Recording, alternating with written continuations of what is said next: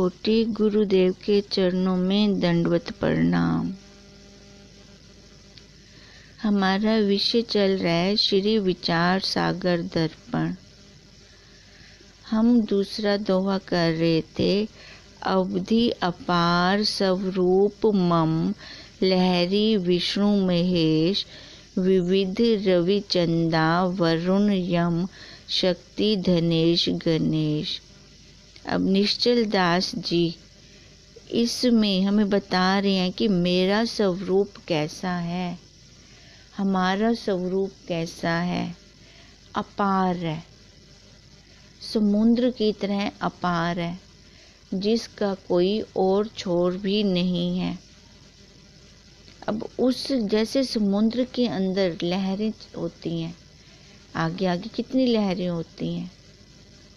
अब ये चारों खानियाँ, यहाँ तक कि देवी देवता भी ये इसमें लहरें हैं, और ये लहरें आ रही हैं जा रही हैं, ये ऐसी ही रहेंगी, आती रहेंगी जाती रहेंगी। पर मैं अपने स्वरूप को कभी भूलूं ना। मेरा कुटस्थ साक्षी का स्वरूप अवधि अर्थात समुद्र की तरह अपार है, ये मैं कभी ना भूलूं। और समुद्र का जैसे और छोर नहीं होता, ऐसी इस साक्षी का भी और छोर नहीं है, अंत रहित है। जिस प्रकार समुद्र की लहरें समुद्र से भिन्न नहीं, वही समुद्र रूप ही है, किंतु समुद्र में ही कल्पित है। ठीक उसी प्रकार विष्णु महेश, विविध ब्रह्मा, रवि चंद्र वरुण यमराज, शक्ति कुबेर गणेश इत्यादि सब देवता रूप ये लहरें हैं। ये लहरें समुद्र रूप मुझ शुद्ध चेतन से भिन्न नहीं है। मटके में से मिट्टी को निकाल दें तो मटका बचेगा। अब मटका उपाधि में आकर अपने आप को मटका मान रहा है, पर मिट्टी तो उसको अपना ही रूप मान रही है, अपना स्वरूप मान रही है, अपने से अलग वो मान ही नहीं रही। अब ऐसी ये जितनी भी लहरें हैं वही है, वही एक साक्षी है। ये सब मेरे से ही कल्पना के द्वारा बाहर आए हैं। अब कल्प के ये जीव बना तो वो कल्प रहा है, अपने ही भावों से जीव बना है, उस ब्रह्म ने नहीं बनाया। ये खुद जब वहां से अलग रास्ते पे आ गया तो जीव भाव में आ गया, नहीं तो इस देह का कोई भी वजूद नहीं है। अब जब ब्रह्म ज्ञानी आपस में बैठते हैं तो देखो उनकी चर्चा कैसी होती है, और जीव जब आपस में मिलके बैठते हैं, जीव बैठते हैं, तो देखो उनकी चर्चा संसारियों वाली होती है, मैं मेरे वाली होती है, राग द्वेष वाली होती है। अब यही तत्वनिष्ठ गुरुदेव कर्मों में दोष दृष्टि बनवाकर दिखा रहे हैं। तू जीव कैसे रह गई, तू तो पूर्ण ब्रह्म थी। चाहा चूड़ी चमारने अति नीचन की नीच, चाह न होती अगर बीच, तू तो पूर्ण ब्रह्म थी। देख अगर चाह न होती ना, नहीं तो तू पूर्ण ब्रह्म थी, तू तो पूर्ण ब्रह्म थी अगर चाह न होती बीच। अब ये इच्छाओं के कारण, वासनाओं के कारण हमारे कर्म बनते गए, तो ये जो कर्म बने इसको दिखाने वाला भी तो कोई चाहिए, क्योंकि हम अपनी बुद्धि से तो नहीं देख पाए, तभी ये जन्म पे जन्म ये चक्कर शुरू हुए। इसलिए गुरुदेव ने सबसे पहले उन कर्मों में दोष दृष्टि बनवाई। अब इसलिए अज्ञानी कैसे कर्म से ही, क्योंकि वो पूरे शरीर पे बैठा है, तो तो वो शरीर से ही करके उसको पाना चाहेगा। जो अंतःकरण जिस स्थिति पे है उसको वो वैसे ही लेकर चले हैं। तो उसके लिए अज्ञानियों को कर्म में प्रवृत्त करवाया कि तू गायत्री कर, तेरा परिवार फिर ठीक रहेगा। तू गायत्री किया कर। देखो कर्म ही तो है गायत्री करना भी।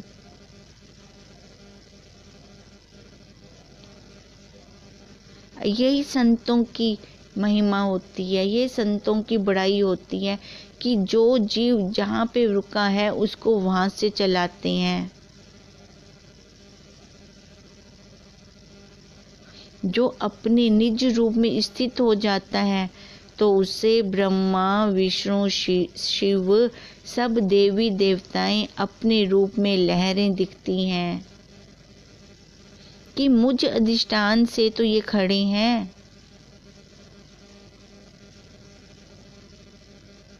देखो अज्ञान काल में ये जानकारी नहीं होती तो हम इनको अपना शासक मान लेते हैं और शासक मानकर इनसे भयभीत होते रहते हैं। फिर मानते रहते हैं कि मेरे और मेरे परिवार का इष्ट ही करना।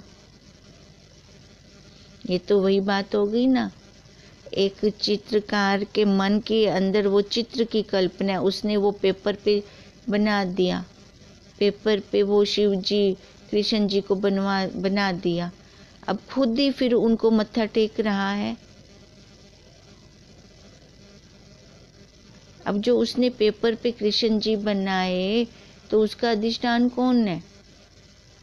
वो खुद है, पर वो भूल गया।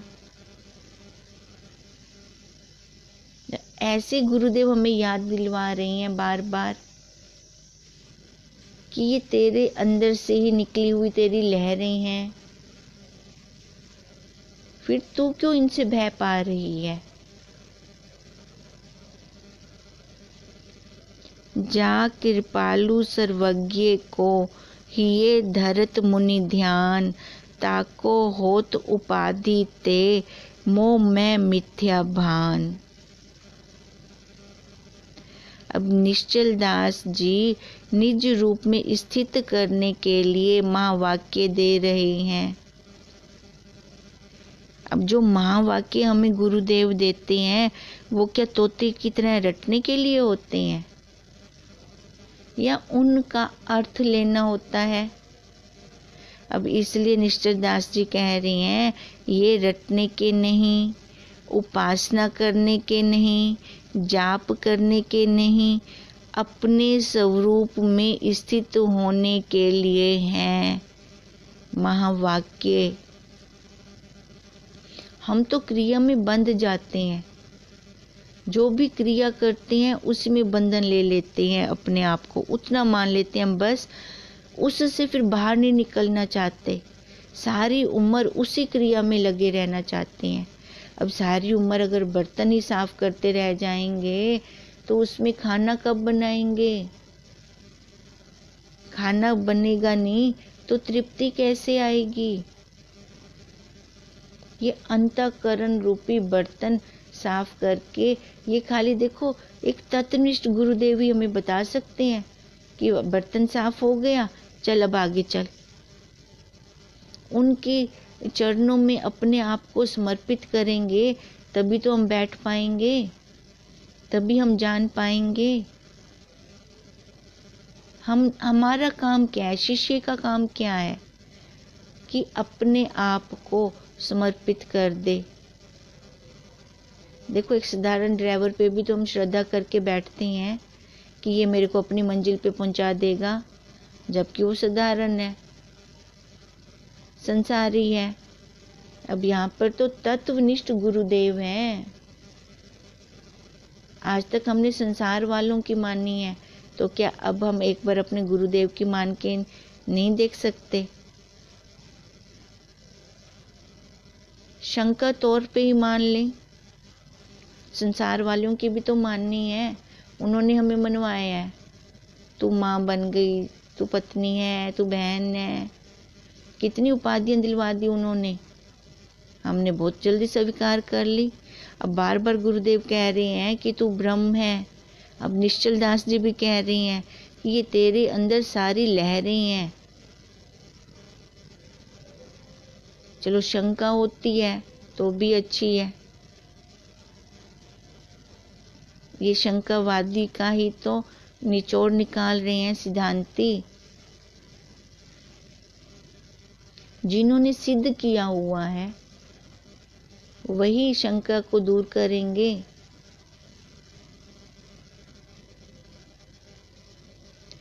जो साधक इनके बताए अनुसार चल रहा होगा वही गुरुदेव को सुख रूप अपना स्वरूप कहेगा, क्योंकि उसका ही अनुभव होगा, वही जान पाएगा कि गुरुदेव मेरे को कहाँ बिठाना चाह रहे हैं, किधर लेके जाना चाह रहे हैं। अब जिसकी दृष्टि कैसे होगी, संसारिक होगी। अब जो संसारिक दृष्टि वाला साधक होगा अपने स्वरूप को नहीं जान पाएगा।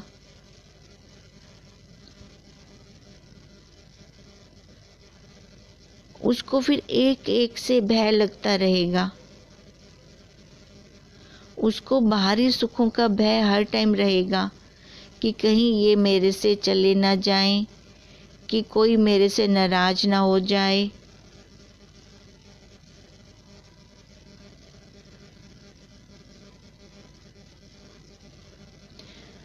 उसको देखो सही सही दिखाई नहीं देता, फिर हर टाइम भय में वो जी रहा होता है।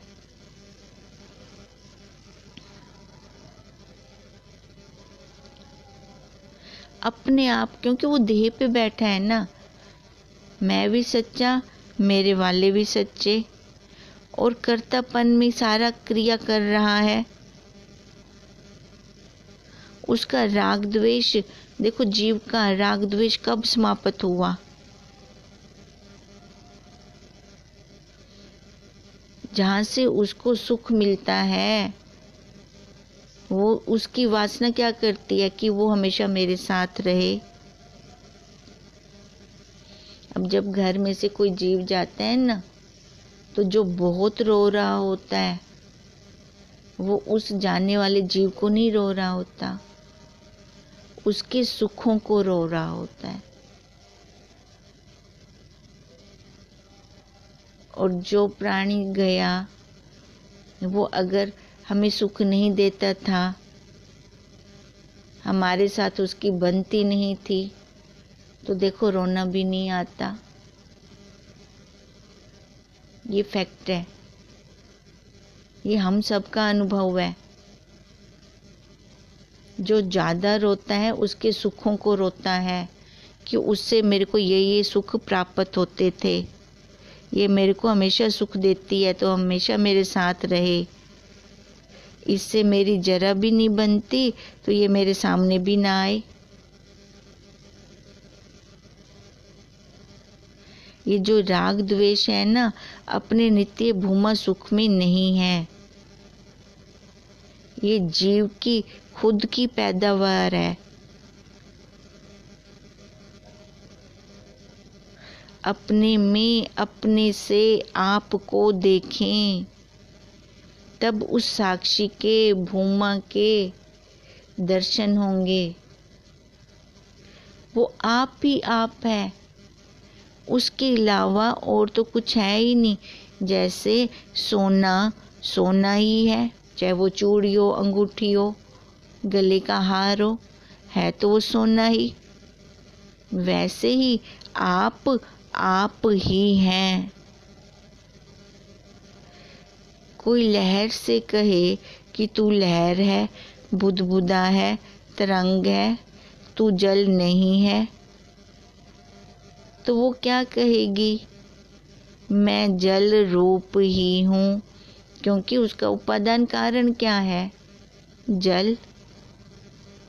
अब उसे जल होने के लिए, जल रूप होने के लिए देखो उसे कोई योग, समाधि, की जरूरत है या कर्म उपासना की उसे कोई जरूरत हो? उस तरंग को जल रूप होने के लिए किसी योग की, समाधि की, कर्म उपासना की जरूरत है? वो तो खुद है, बस उसे कोई अपना स्वरूप बता दे कि तू जल ही है। अब ऐसे ही हमें अपना ब्रह्म स्वरूप जानने के लिए किसी भी साधन की जरूरत नहीं है। देखो, ये शब्द बहुत कहते हुए डर भी लग रहा है, क्योंकि जब तक ये कर्म उपासना हमारी पूर्ण नहीं होती तब तक हमारा आवरण नहीं हटता। ये उनकी बात है जिनकी कर्म उपासना खत्म है, जिनके पिछले जन्मों की कमाई है। उनका अब खाली आवरण है, झीना सा पर्दा है, वो गुरु के, तत्वनिष्ठ गुरु के ज्ञान से हट जाता है। पर इसमें घबराने वाली कोई बात नहीं है। अगर हमारे पिछले जन्म की कमाई नहीं है तो कोई बात नहीं। अब हम स्टेप बाय स्टेप 1 साल में 4 क्लासें भी इकट्ठी कर सकते हैं। पर 5वीं क्लास के बच्चे को अगर हम MA की बुक दे दें तो वो वहीं बैठा रह जाएगा, आगे नहीं चल पाएगा। वो अगर वो स्टेप बाय स्टेप करता है, शुरू से नर्सरी KG इकट्ठे कर लेता है, पहली, दूसरी, तीसरी इकट्ठे कर लेता है, वो ये तो उसका खुद का पुरुषार्थ है। स्टेप बाय स्टेप चले तो हम जल्दी अपनी मंजिल पे पहुंच सकते हैं। तो इसमें डरने वाली बात नहीं है, घबराने वाली बात नहीं है कि उसकी तो पिछले जन्म की है तो वो आगे अपनी यात्रा पूरी कर रही है, मेरी तो है नहीं, मैं तो पीछे रह जाऊंगा। ऐसी कोई बात नहीं है। जो पुरुषार्थ करता है, अब कृष्ण जी ने गीता में भी कहा है, जो पापियों से पापी भी अगर मेरी शरण में आता है ना तो भी मैं उसको पार लगा देता हूँ। उन्होंने गारंटी ली है, बस पुरुषार्थ हो अपना। अब इसलिए कहते हैं कि ये हम कैसे देख पाएंगे? गुरुदेव की दी हुई दृष्टि से ही देख पाएंगे कि वो तरंग भी जल रूप है। फिर डरेंगे नहीं। ये सब देवी देवता मेरे स्वरूप में लहरों के समान हैं।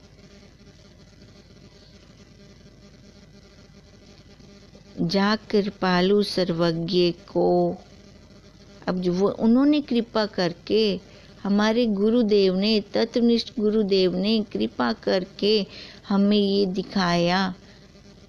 देख, जो ये मुनि लोग ध्यान धरते हैं, जो मैंने ध्यान धर के अपने इस शरीर भाव को हटाकर उस साक्षी भाव में स्थित हुआ हूँ, तो तू भी हो सकता है। ऐसे अपने चेतन रूप में स्थित होकर कौन कह सकते हैं? जो पहले वहां पहुंच चुके होंगे।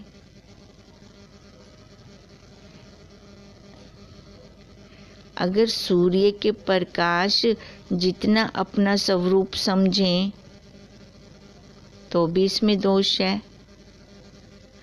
आकाश जितना व्यापक समझेंगे तो भी इसमें दोष आएगा, क्योंकि सूर्य को भी, आकाश को भी जानने वाला वो है जो हमें जनवा रहा है। वही मैं हूँ, मैं ही मैं हूँ।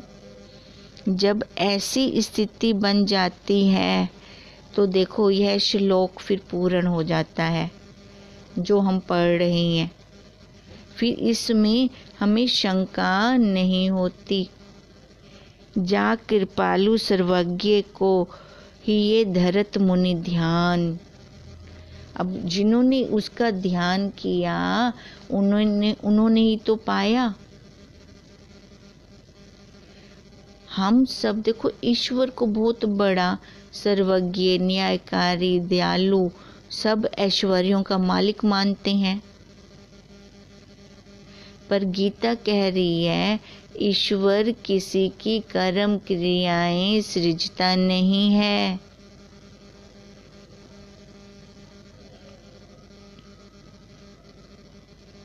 इस क्षर को धारण करने के लिए वो अक्षर, हमने उसको नाम दे दिया। जिसने इस क्षर को धारण किया हुआ है उसको हमने क्या नाम दिया? अक्षर।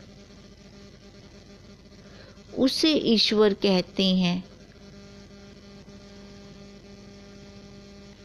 जो साक्षी भाव से स्थित है, साक्षी भाव है।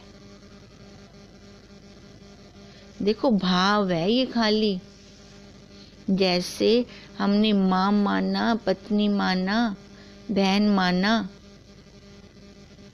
वो भी तो भावों में है ना, ये भी तो। ऐसी हमारे तत्वनिष्ठ गुरुदेव ने हमें क्या मनवाया? पहले तो ईश्वर।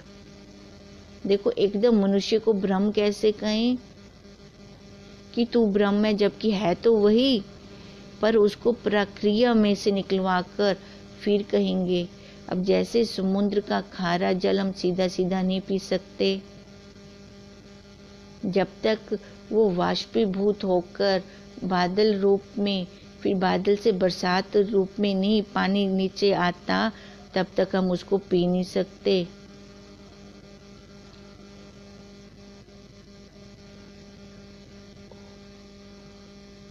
अब ऐसे गुरुदेव ने हमें जन्माया।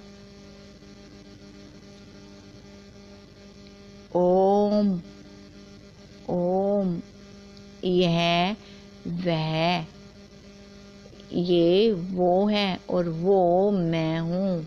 ओम। देखो जैसे हम चक्की चलाते हैं वैसे नीचे से ऊपर, ऊपर से फिर नीचे, जीव से ईश्वर, ईश्वर से ब्रह्म, तभी हम जान पाएंगे। अब जिन मुनियों ने ध्यान करके खुद पहले देखा, खुद उस रास्ते को देख कर आए, फिर हमें कहा कि ये रास्ता तुम्हारे लिए ठीक है, इस रास्ते से चलो।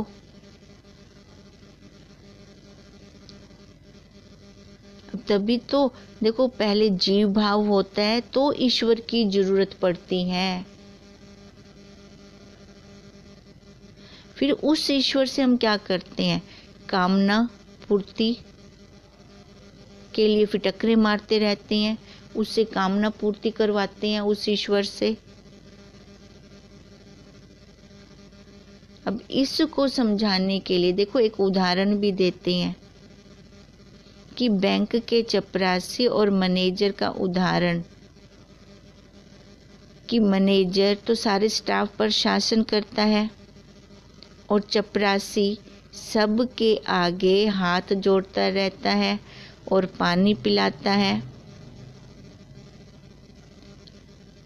हैं तो दोनों बैंक में। अब भेद किस चीज का है?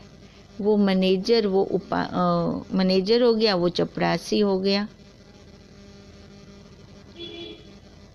भेद केवल उपाधि का है।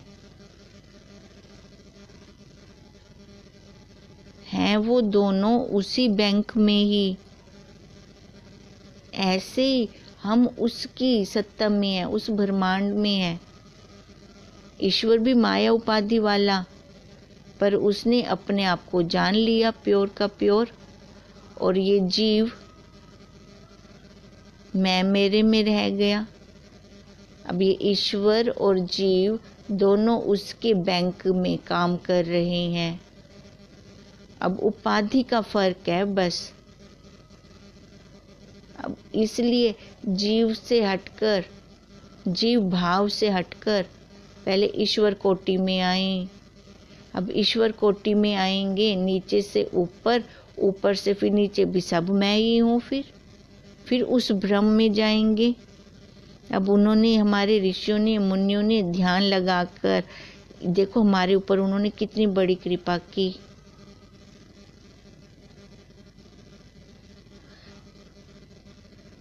अब इसलिए कहते हैं तू अपनी इससे वासना पूर्ति के लिए एक के आगे मत्था टेक रहा है। क्यों टेक रहा है एक एक के आगे मत्था? चाहे वो ईश्वर हो, चाहे वो संसारी जीव हो, क्यों टेक रहा है? क्योंकि तू डरता है कि कोई नाराज ना हो जाए, सबको खुश रखने के लिए गलत कार्य भी करता रहता है, तो कर्म बनाता रहता है।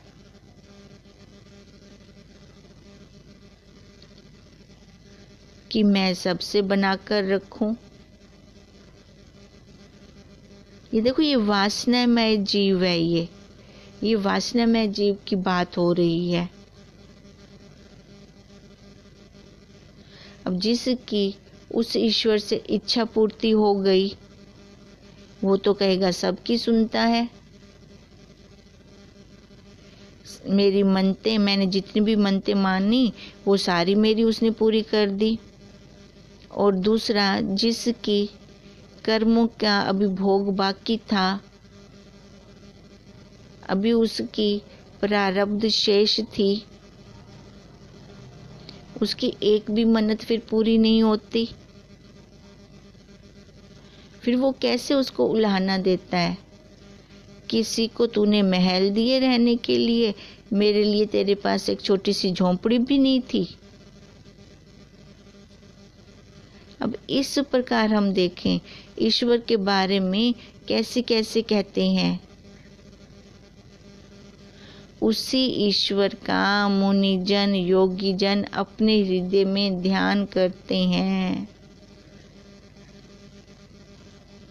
वह मेरे स्वरूप में मिथ्या है।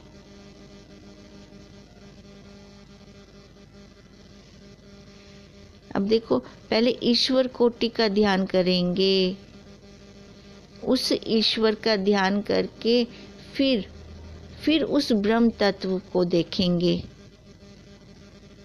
सीढ़ी बाय स्टेप चलेंगे ना, सीधी छलांग नहीं लगा सकते नीचे के स्टेप से ऊपर के स्टेप पर।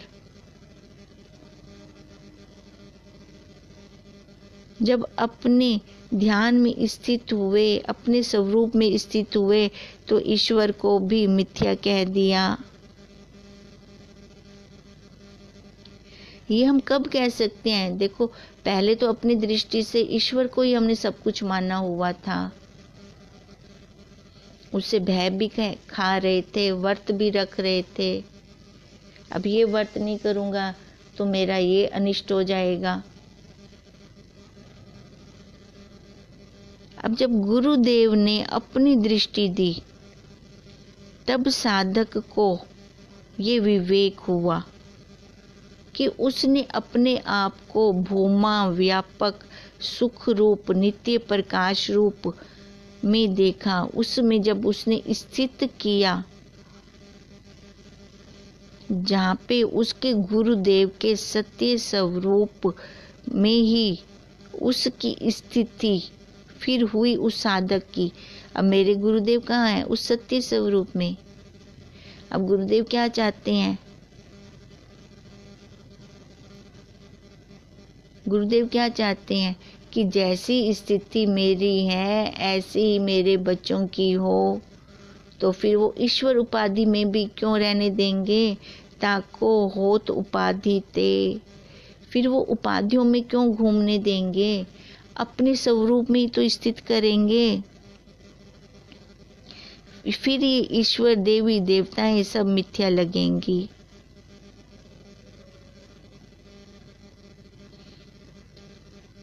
ये देखो कब मिथ्या लगेंगी? जब हम अपने स्वरूप को जान सकेंगे, उसको लखेंगे।